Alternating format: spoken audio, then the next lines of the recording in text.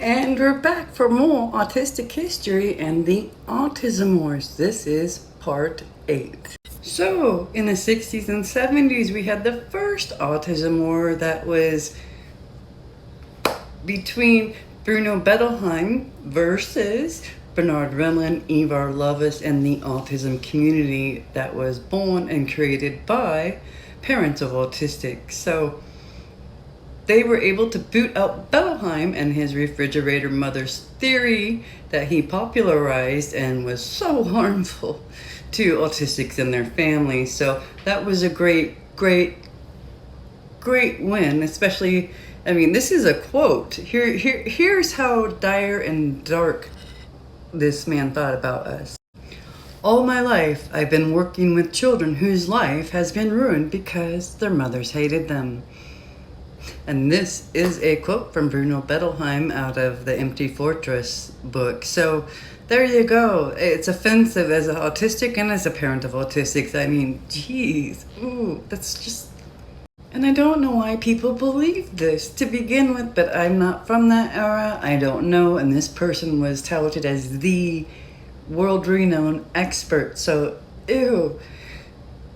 But what came in to replace that, right? We have Ivar Lovaas and Bernard Rimland, who have now founded the Autism Society of America with a third person in 1965. So where do we go from here? What happens now? Right, so here's a quote from Ivar Lovaas, a founder and pioneer of ABA, Applied Behavior Analysis, or behaviorism, right? So he says here, you start pretty much from scratch when you work with an autistic child. You have a person in the physical sense. They have hair, a nose, and a mouth, but they are not people in the psychological sense.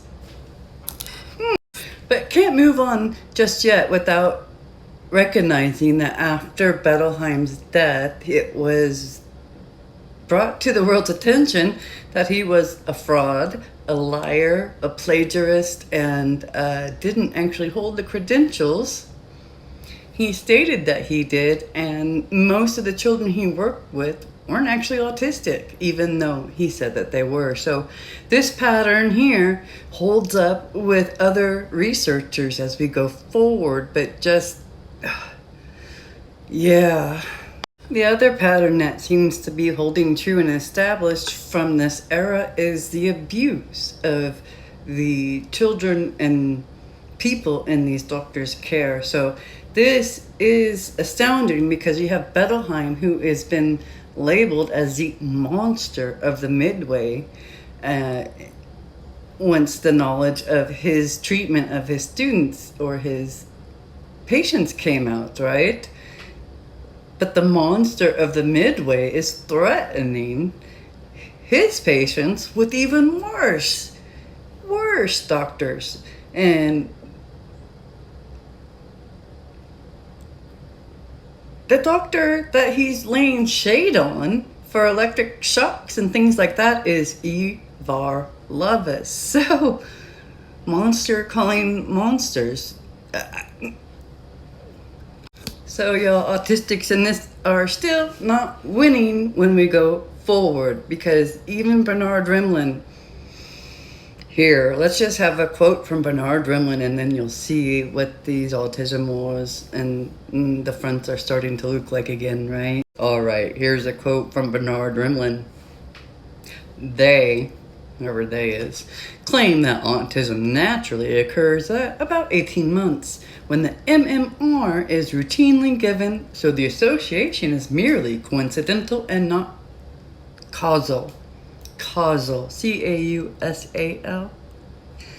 All right, but the onset of autism at 18 months is a recent development. Autism starting at 18 months rose very sharply in the mid-1980s when the MMR vaccine came into wide use. A coincidence? Hardly. Yeah, so that's a quote from Bernard Rimland, and you know what road he's going down.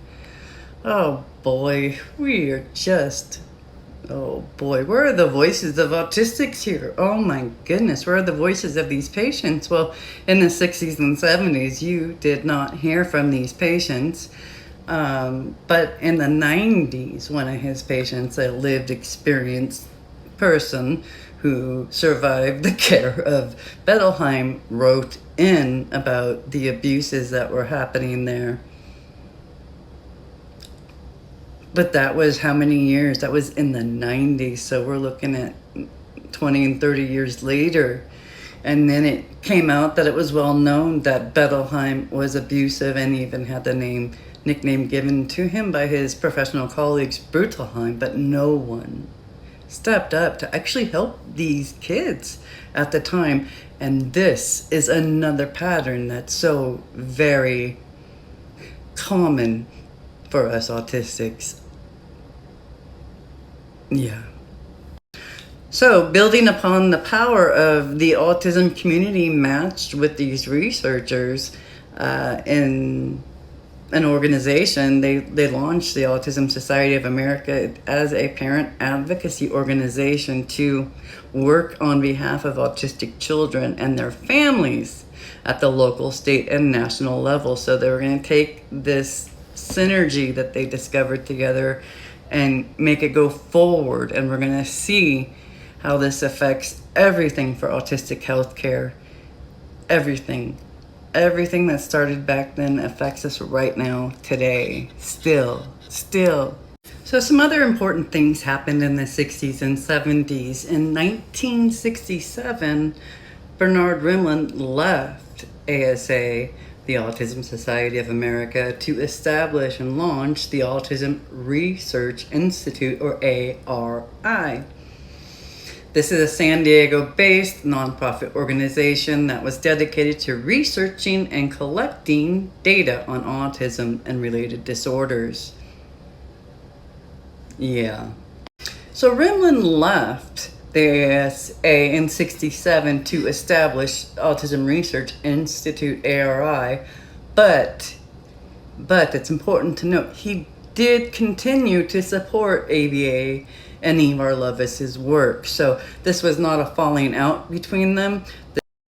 I'm going to wrap it up here for the 60s and 70s. In the next video, we'll talk about the 80s and Rain Man, where Hollywood and autism come together in a big way. Let's talk about Rain Man, and we'll talk about Bernard Rimland being the technical advisor on that set.